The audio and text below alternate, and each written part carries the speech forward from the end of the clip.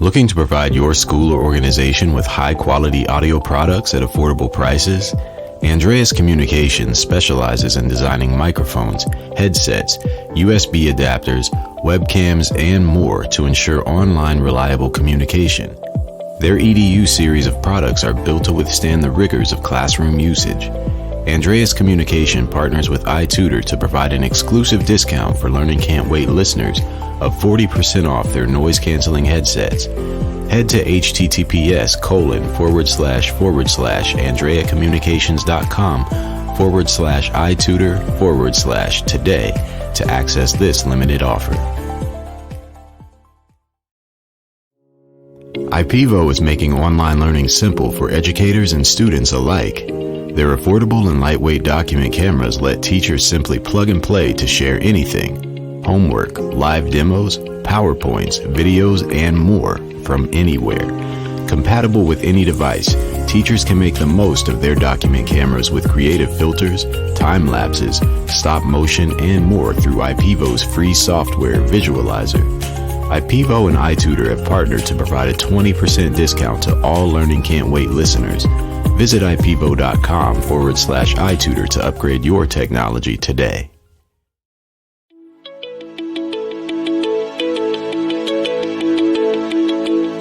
Welcome to the Learning Can't Wait podcast, an iTutor production. At iTutor, our vision is to ensure every child has access to education, regardless of circumstance. Each episode, we will be joined by pathfinders within and around the education space, who are bringing about transformational change on behalf of deserving students. I am your host, Hayley Spira-Bauer.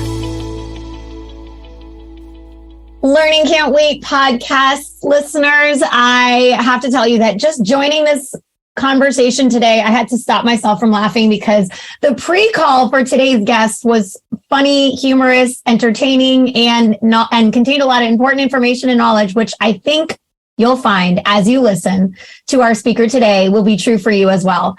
Let me please introduce Rayna Glumac, the founder of RYE Co. Rayna, welcome.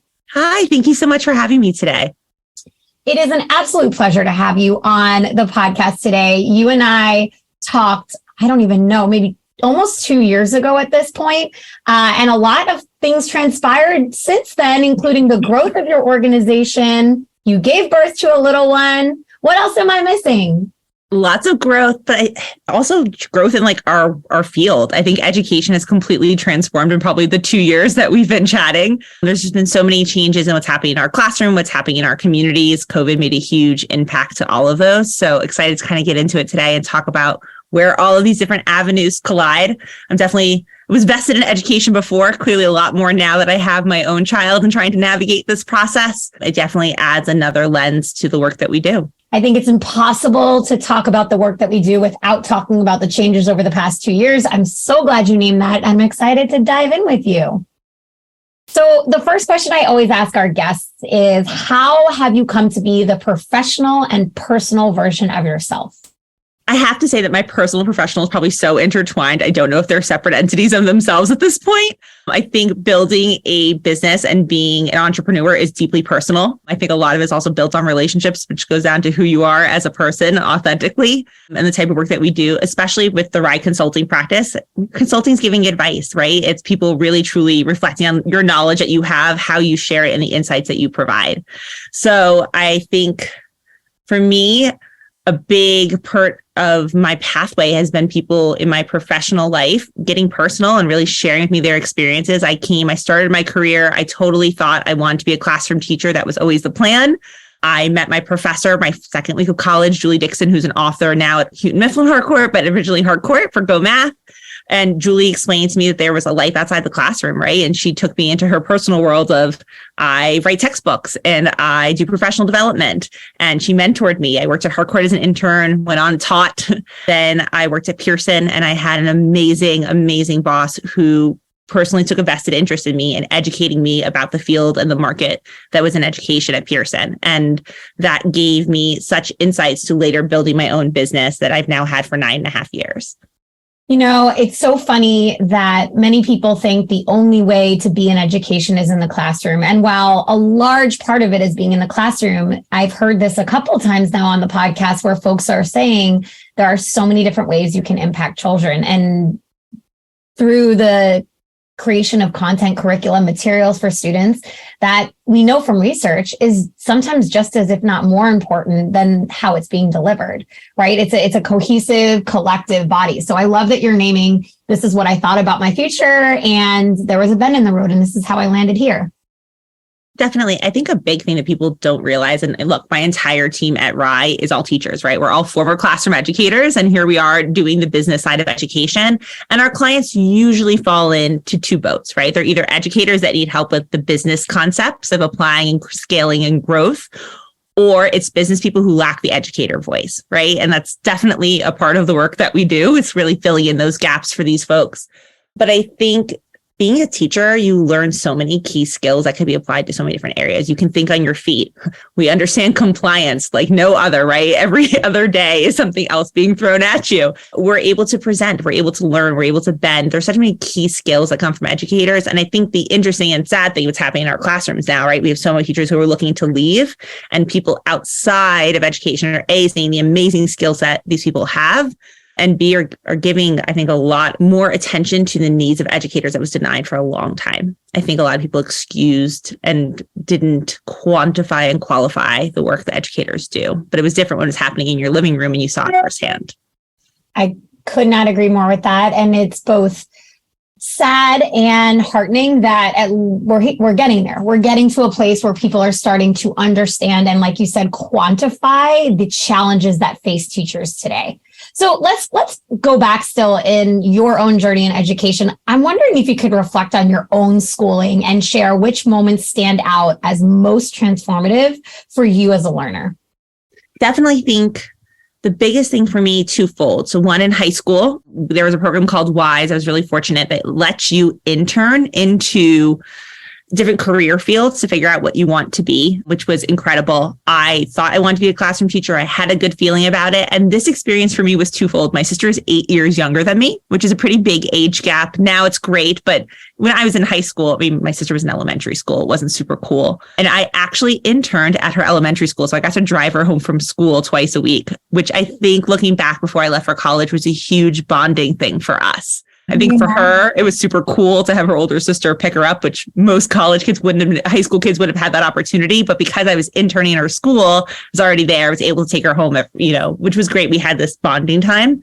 And it also gave me the opportunity to really figure out what I wanted to be a little bit more of a hands-on. A lot of us go into college not having a clue of what our career field actually means. And I got to work in Miss Evie's classroom, a third grade classroom in a local elementary school, and experience education. In Florida, a lot of kids go directly into their college of whatever it's going to be. So at UCF, I was directly into the College of Ed. And it was really helpful because I kind of knew going in, okay, I want to be in education. This was reaffirmed for me, and I had that experience. So that, I think, was really meaningful and helped me figure out where I wanted to be. And I think the other thing was honestly meeting Julie Dixon. She was incredibly huge factor in me figuring out, and she followed me. I mean, she actually came here a few weeks ago. She was doing a PD in Colorado Springs and came over and met my daughter. She's still a huge figure in my life, but she really gave me this opportunity to see outside. And she was really great at saying, like, look, I'll introduce you. Me getting an internship, me doing everything was on my own. And then later on, I taught first grade, and then I went back to school, and I actually got my law degree and my master's in education. And Julie was the one who really helped me figure out this dual degree. So I got my law degree at one university, my master's in ed at another. So she helped advocate so I could get this JD, MED from actually two different universities. And then I applied to the ABA for a certification, and she was my advocate for that as well. So she's played a huge role in my education and helping me think outside the box. Wow. Everybody needs a Julie Dixon in their lives, it sounds like. Incredible. And I'm just thinking about mentorship and like female mentorship. I you've had such a great kind of archetype for what that looks like. Do you do your own mentorship now for other people, women, or different population? Yeah. So I'm really fortunate through our work with RYE, now RYE Collective, and a lot of our learning arm, we work with almost everyone from the education accelerator standpoint. So we're collaborators with AWS. We do a lot of mentor hours with them in the US and Canada. We do StartEd for years now. I know we both had mentioned working with StartEd and doing some stuff there. I think we've been working with Ash. Oh my gosh, almost 8 years now, which is wild. And so we also do EdInno. We've done a lot with Learn Launch, AT&T Aspire when they were around, now Project Founded. So it's been a really great opportunity to work with founders as they go. And then for women entrepreneurs, I always have a strong passion. When I lived in Chicago as part of WeSTEM and doing mentorship with them, and they still send me lots of fabulous females who are doing some great work. That's incredible. I love that you give back the same sort of valuable insights and direction for folks as they're on their own journeys. That's pretty cool to hear. And I always love to know about different organizations that are supporting people in their journeys on their career paths to make education better for children, because ultimately that's why we're all here. Completely. So, go ahead. No, I just think it's really important, and education's evolving so much. And I think we have a bigger voice than ever now to really make an impact and a change. Speaking of a bigger voice than ever, and what we started our conversation with today, which was talking a little bit about the pandemic, if you were to give a State of the Union on education today, what key points would you make? This is going to be so loaded. Okay. So, I always want to challenge guests to really do it, so I would say first, and this is, I understand now I'm a parent saying this. I'm also a former first grade teacher saying this, but I do think we need to give parents the tools to help their kids. I think the biggest thing we saw during the pandemic, there's no such thing as virtual kindergarten. I don't care how great of a kindergarten teacher you are. Parents are involved, and parents want to be involved, but parents also need a little bit of guidance. I always use this example, but just because I drive a car does not mean I'm a mechanic. Just because you went to school doesn't mean you know how to teach school or what should be involved in classrooms. I think that we need to do mandatory training for parents in pre-K through first grade, some sort of guidance, like how to read with your child at home. Here are some great tools to do it. I think my brother laughs. I can make The Very Hungry Caterpillar last like 3 hours. Like I can read a story that lasts a very long time. I'm in only picture books at the moment with my daughter, but I could really go, we're going to ask some wonderings. We're going to walk through the book. What do we think this book's going to be about? Right. Some conclusions, some hypotheses. We're going to sound out some words. We're going to count how many butterflies are on this page, like really investing in it. And it's the one thing that's very funny when any of my friends or family see me read to children, they're always like, how do you know how to do this? I'm like, well, I was a teacher, right? And I think we need to help parents with those skills so we can reinforce them at home. Parents want to be involved, grandparents, guardians, they just need that support on what that looks like. And I think honestly, to make up for these learning gaps that we have, and just for strong foundations in general, we just need to help parents understand what they are. We've done a lot of involvement in the teaching and learnings of what happens, even with math, time, all of these things. We need to help parents understand so they can support and reinforce this at home. But to do that, we need better childcare so the parents can also have the access and the time to do it. I mean, here I am so fortunate to be a founder and to work from home and have flexibility, but finding childcare is a beast. And it is expensive, right? And it is expensive. Prohibitively expensive. Completely. And I mean, again, I am 16 weeks into this venture of being a mom, but I have a couple of other mom friends I've made, and they have older kids or toddlers. They're constantly sick, constantly home. Like, what are the solutions here? You don't want to send them sick. And we just don't do a really good job of doing it. And it's really interesting. We've been fortunate as a business. We have a lot of clients in other countries, and to see insights into how they treat childcare. I mean, 2 of our biggest clients are based, are Swedish. And it's just very interesting to see how different it is and what care looks like. They were also shocked when I was back at meetings 2 weeks postpartum because they have a year. But yeah, it's extremely different on how we handle it. So I would say my big thing for a State of the Union address would be mandating parent and guardian education on these early grades, and then providing the childcare and fostering that to do so. I think it's really big. And then my soapbox will always and forever be paying teachers better and making it a respected profession. I mean, I'm really excited. I'm going to Japan at the end of the year, and I'm going into a school, and I want to see, in Japan, teachers are respected. It is a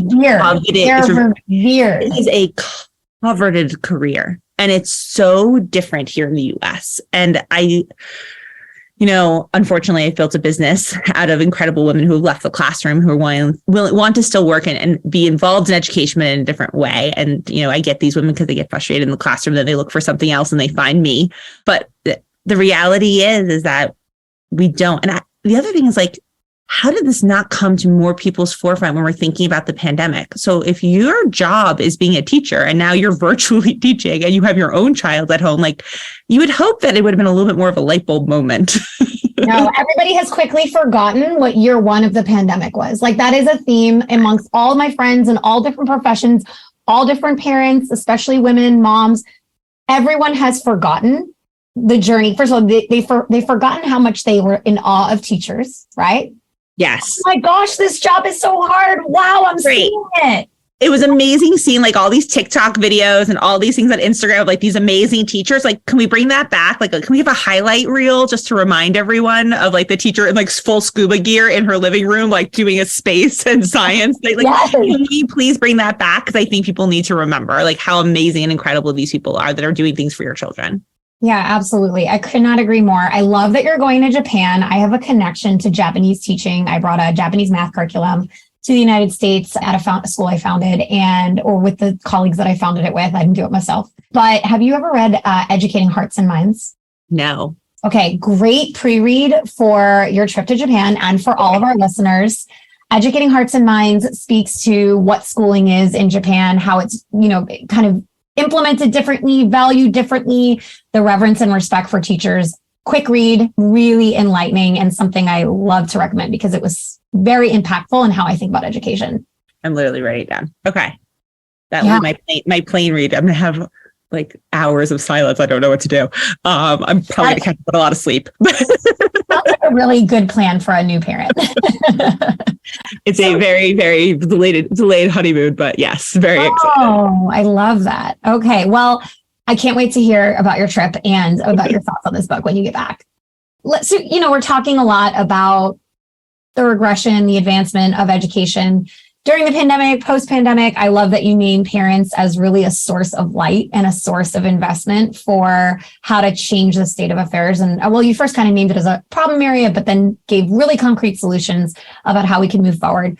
Let's shift a little bit to EdTech. We know that EdTech tools were the adoption of EdTech tools during the pandemic exploded. There are some really good facts and figures on this and really good information on this. I'm sure that you could quote all of them off the top of your head. But what I'm curious about is what you see today, right? It's 2022, nearing the end. We're about to hit 2023. How are schools making decisions about tool adoption today? So I like how you said schools, because sometimes it's at the school, sometimes at the district, sometimes at the state. Welcome to the US. We're the land of opportunity and a lot of different pathways to go about it. I will say I built a business off of a really big problem, right, that people have to solve, which is procurement and purchasing and navigating that process. And they make decisions in a lot of different ways. A vast majority of decisions right now are going through procurement. And procurement is the fair and equitable purchasing process. And the reason we're seeing an increase in procurement are twofold. One, data privacy laws, right? We're seeing a huge need. There's been obviously lots of, I don't have to quote them, there's tons of news articles about all of these issues that we've had around data privacy. And of course, typical US, we have a national data privacy plan, but we have states and districts that can choose to apply that differently. So the interesting thing when I have international clients come to the US, they're like, oh, everyone's Common Core. It's like, yes, but then people have chosen to implement it differently. National DPA, yes, but there's nuance amount across. So, right. Like because it helps with that tech check, right? It helps school districts go through the process to understand, even if your solution is free, highly discounted, and this is where I really want to enforce this, they still have to check to make sure that student data is safe and secure. And so this is something that the procurement process kind of helps regulate. The other thing is, because we had this huge EdTech boom, there's only usually one tech support office within a district. And so by going through this process, they're also able to ensure they can support this technology in classrooms if there's issues. And people don't think about that piece. Even someone like a Khan Academy that's free usually has to go through a procurement process to be checked. So there's the data privacy factor. The other reason we're seeing a huge increase in procurement is the emergency relief dollars. So difference between ESSA which is your Title I, Title II, IDEA, and ER, emergency relief.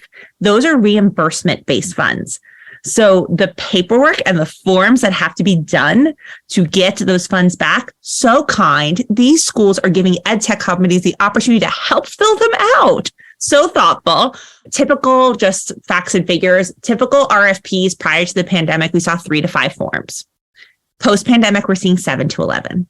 Huge increase. And That's again, a wild jump. It is. And it's good and bad, right? I think there's a lot of pros, there's a lot of cons. There's also more procurement happening. There's more processes for procurement happening, which is why. So I think that is really important to think about for the decision maker. So there's more procurement happening because of data privacy and technology, and because of the way that the reimbursement is happening of these funds. The other thing you need to think about with procurement is that we're seeing a lot more of what we call listing-based, or we call them hunting licenses here at RYE, bids. So essentially what this is you get approved. Usually it's district level and you're pre-approved on a list. It does not guarantee a PO or contract. That is, and of course, every client comes to me and they're like, well, I want direct to PO. Pre-pandemic, I would say 70% of things were listing-based, 30% direct to PO contract. We're probably now at more like 96% and 4%. And I think the big reason for that is this 4% textbooks, chicken sandwiches. People are very distinct. They want one chicken sandwich vendor for their district. We see it all the time. It's just easier. So think about it as also like like an LMS system, usually a direct. We're going to pick one vendor, one winner and go. Supplementary curriculum, professional development, instructional tools. We want to give schools choice on what fits their needs. And I think that was something that we were really good at during the pandemic, is identifying, hey, it's not one size fits all. It could be one size fits all of a district that has 4 schools. It's not one size fits all for Chicago public schools, right? And so giving schools more autonomy in that choice. And so what's happening is the district's kind of making a pre-approved list of what those vendors can be. We're checking the tech, we're checking the standards alignment. All of these things check out. We got some, guaranteed pricing. Now schools, you pick what you need. And so we're seeing a lot more procurement, but unfortunately it's not tied to directly POs and dollars, which is hard for startups, right? It costs money to do procurement. There's no freebie way of doing it. So that's something that I think has been really interesting. There's definitely more, I will say this, I think there's less direct PO contracts, also provides more variability in the market, right? It's more opportunities also for early stage companies to get their information out there. I just posted McKinsey's halftime report for the stimulus money and the spending on it. So, we're talking about how there's more money than ever. You're making a clear distinction between ESSA and ESSER, and yet there's a clear concern that is surfacing about the lack of spending or the lack of utilization of the available funds during this first tranche of ESSER funds. How does that resonate with what you're seeing? How do you see a solution to this problem? I think there's also a lot of problems identified before you can solve them, right? I think it's not just one big high problem. I think what we have heard from multiple conversations with people at districts and a lot of different positions is that the reporting isn't super clear. So I do think more is being spent than what's being told, but with that, it's still not anywhere near what was expected, right? My personal gut tells me that we will extend the money past 2024. It will be extended to 2026, similar to what was already done based on construction, right? For the construction stuff, we said, hey, there's supply chain issues. If you are doing remediation to your building, making things safe, whatever, we can extend this out to 2026. That's already been ratified. We're good to go. I do think the rest of the dollars will be there. I think the issue is the bottleneck because of the reimbursement process. Welcome to the US. Everyone's doing it differently. States and districts are doing the process of this paperwork differently for everyone. The difference with ESSA dollars, we've been doing it for a while. We know how to get it done. ESSER, it's a whole new process and pathway. They use the same formula that they use for Title I dollars, but that's the only semblance there in regards to how it's done. So I think that's part of the issue is people don't know, districts don't know, states don't know how to navigate the process to get the funding. This is something that unfortunately EdTech companies are going to have to solve. We do a lot of what we call funding alignment documents where we help companies literally identify, okay, I can fit into the following funding buckets. We do a national one and then we do state specific. And then our clients are using this tool to go have these conversations with districts to say, hey, we apply to your ARP dollars the following ways. Please use this document to copy and paste into your form. You're doing the homework, but I think they need help because we know also districts are severely, severely short-staffed. How many more like feel good today articles do we need about the principal driving the school bus here? Like I saw that one again yesterday. Right. So we're asking for more from these districts to do in regards to paperwork formats, things like that. But then we're giving them less people, less support. So that's a big problem that we're trying to solve. The other thing was with good intentions, a lot of states and districts put parameters on the spending. They didn't want to see it go anywhere. So I'm almost 99% positive. I'll double fact check this for you before you go live. But I think Tennessee, it's required to have 3 to 5 years of business before being access to ESSA dollars. They probably had really good intentions with that, but it might not actually be working out in their favor, right? Because depending on the nuance of it, and this is just kind of my lawyer brain, how it was written could be different. Is it 3 to 5 years of this product or 35 years of this company? What if this company created a new product to fit the need that's happening, but it's only been live for a year? No, that's such a good point. And I'm sure that's a challenge that many organizations are facing because the best tools are not the ones that remain stagnant. They're the ones that improve to the needs of schools and teachers and students. So a really, really good point you're making there that I think, like you said, best of intentions, maybe not best of applications. 100%. And look, I think they were trying to say, I also think the other big thing, and I want people to understand this, is people are looking to sign multi-year contracts because they are afraid of like the fiscal cliff. And so what's happening with that is that it's scary to sign a multi-year contract with a new company, with a new concept, a new unproven piece of work. And I think that's issues that we're also having. And I'm hoping by the 2026 extension, we'll make that a little bit easier. Also, fun fact for early stage startups, you cannot sole source a multi-year contract. Sorry, it's the lawyer tidbit, but your background is so unique. I don't think that many folks that are talking about these topics in this field have the same kind of education and lawyer background that you have, that you were able to marry in your schooling days. So I appreciate that insight. No, I'm glad this is helpful, but I would say I probably answer that one question literally 6 times a week. So the more I can get it out. You're putting the message out there. And you know what? You also speak a lot, though, related to this particular topic about the power of a pilot. Can you tell our listeners about what this means and how you've seen pilots implemented successfully?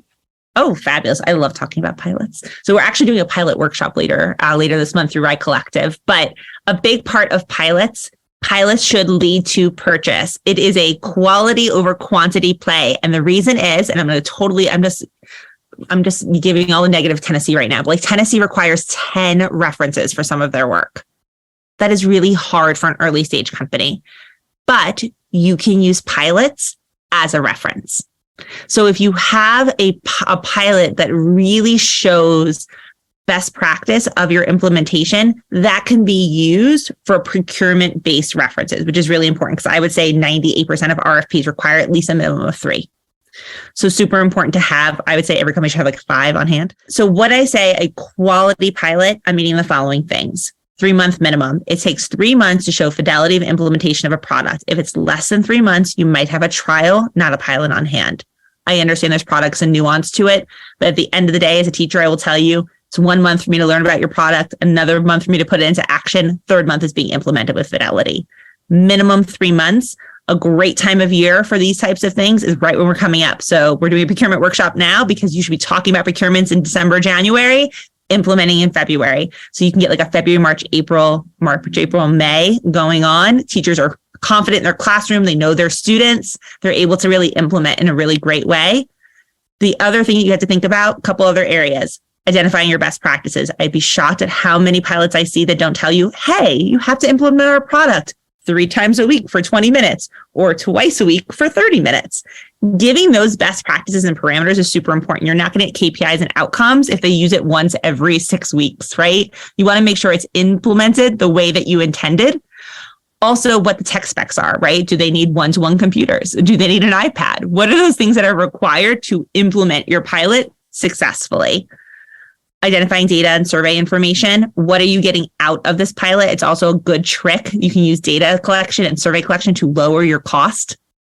So for example, if you want to ask teachers to do a pre and post survey, principals can mandate teachers to do that. Can't mandate students, can't mandate parents. We can mandate teachers.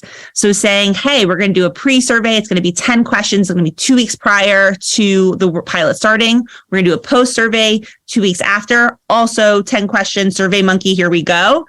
And we need 80% of the teachers to respond. If they get that 80%, maybe you're taking money off the cost of your pilot. It's how you get to a lower cost for a pilot implementation from a full cost.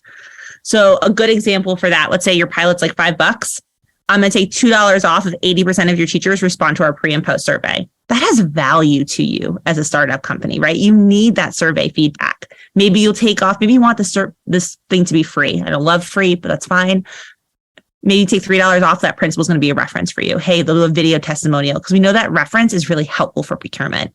So key thing is you want them to know what your cost will be, because hopefully that pilot goes into purchase, right? That's the really important part. You want that pilot to go to the next step, but they also have to know what it's going to cost. You can discount it, you can make it free, but get something in turn for it and make sure that actual dollar amount is on there and specifying, do you need NWA data? Do you need other pieces for you to be able to show the impact and growth? And then put a trigger statement in here. So the fifth thing I always say for pilots and to make them successful is if reading scores are increased by 30%, then what happens? Is the principal going to extend this pilot to 3 other classrooms? Or are they going to purchase a certain amount of licenses for 3 classroom licenses for next school year? What's the next step from the pilot if the outcomes are made? You're going to get people who are not going to like it. Then it's not a good pilot for you. Yeah, this is really, important insight that you're sharing about procurement pilots, all the kind of levers that allow tools to get into the hands of students and teachers and school districts. And I think it's really important.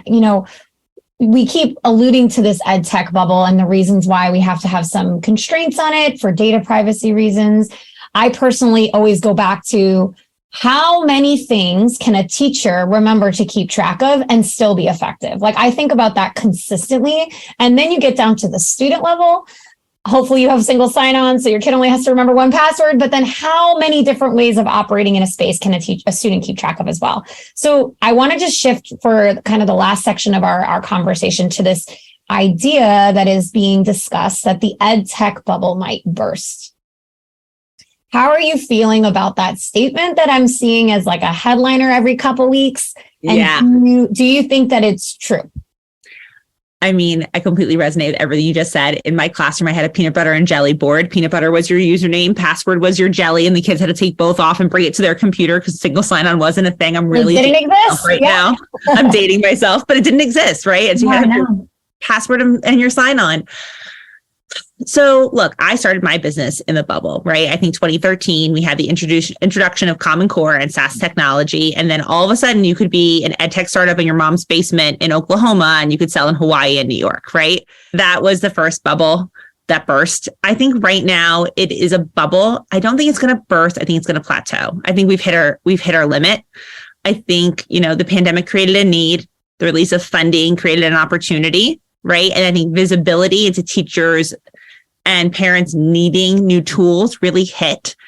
I think right now we're waiting for the evidence to tell us what's going to survive, right? I think we're getting back to where the evidence, and again, pilots help us build evidence, right? Is really going to start to shift and weed out what companies are going to say, what companies are going to go. I think there is room for everyone. I think the benefit of this bubble has pushed its way into creating more opportunity for smaller companies and for smaller entities to get into the marketplace and get visibility that wasn't there before. But do I think there's going to be a lot of new companies in the next few years? No.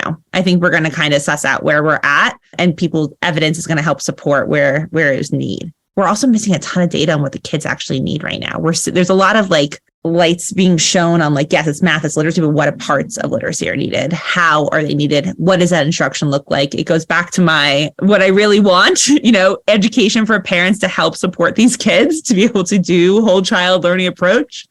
But I think that it's a low burst. It's more of a simmer. And I think we're going to try to figure out where the evidence shows us where the growth and need is. Well, folks heard it here first from Rayna. It's not a burst, it's a simmer. I think there's a lot of truth in what you're saying. And one of the kind of points that I've been making often lately is it's cool that we have people with lots of ideas to build new tools. I love that. I love innovation. I do. And what we really also need to do is think about what exists today, what we can get rid of, what we can advance, and what we can align, right? I'm actually leading a conversation with one of the folks from New Schools Venture Funds on the topic of coherence and how right now, because there's so many tools, there's just a lack of coherence at every single level. And so, you name that there might be this plateau and we have a need to just kind of pause and evaluate and use the data to inform what we do moving forward. And I literally could not agree more because we're at a really critical time in education. If we don't take action to define what we need for the future, we've missed a huge window of opportunity to make our system better for the children that we serve. 100%. And also, not every idea is a business. We do these things called landscape analysis, where we kind of come in and we showcase what RFPs you would have addressed if you were in the market previously, which is helpful to know what schools are asking for, right? Even from a minimum requirement standpoint, from a training standpoint in regards to your product. And then we pull who got awarded. So it ends up being your competitors, right? And it's shocking how many times we do these and clients are like, I didn't think, they come into us like, oh, we have no competitors. We're the first one in the market. And then we're like, well, you're doing it differently, but here's 10 other companies that have similar ideas, right? There's room. There's a Chick-fil-A lover for every, McDonald's devotee, right? But we need to understand what sets you apart and what fits the need and where the research shows effective outcomes.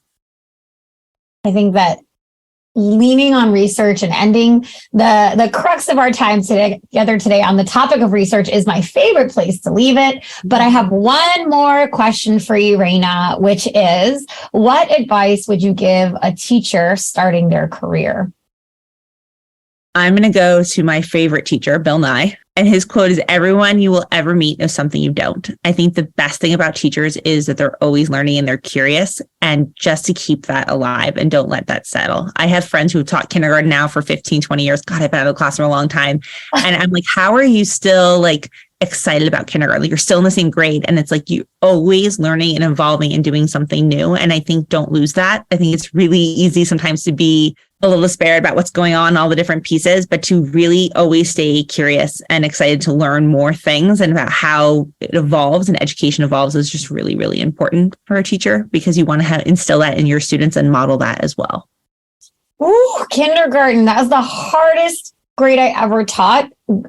Hats off to your friends that are still in it and curious. And those are exactly the kind of teachers we need in front of children every day. There's a reason I stopped at first grade. I couldn't go lower, but I mean, now I look, I'm like, I don't know how the pre-K teachers do it. I'm looking at preschools and I'm like, bless you. Bless you indeed.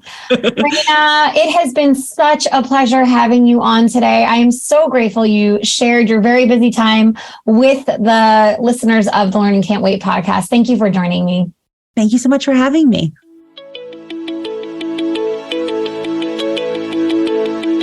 Thanks for listening to the Learning Can't Wait podcast. If you liked what you heard, please rate, review, and share this episode. Be the first to know when we have a new episode by subscribing wherever you listen to podcasts. If you'd like to be a guest on the show or have a suggestion for an episode, email us at podcast@itutor.com.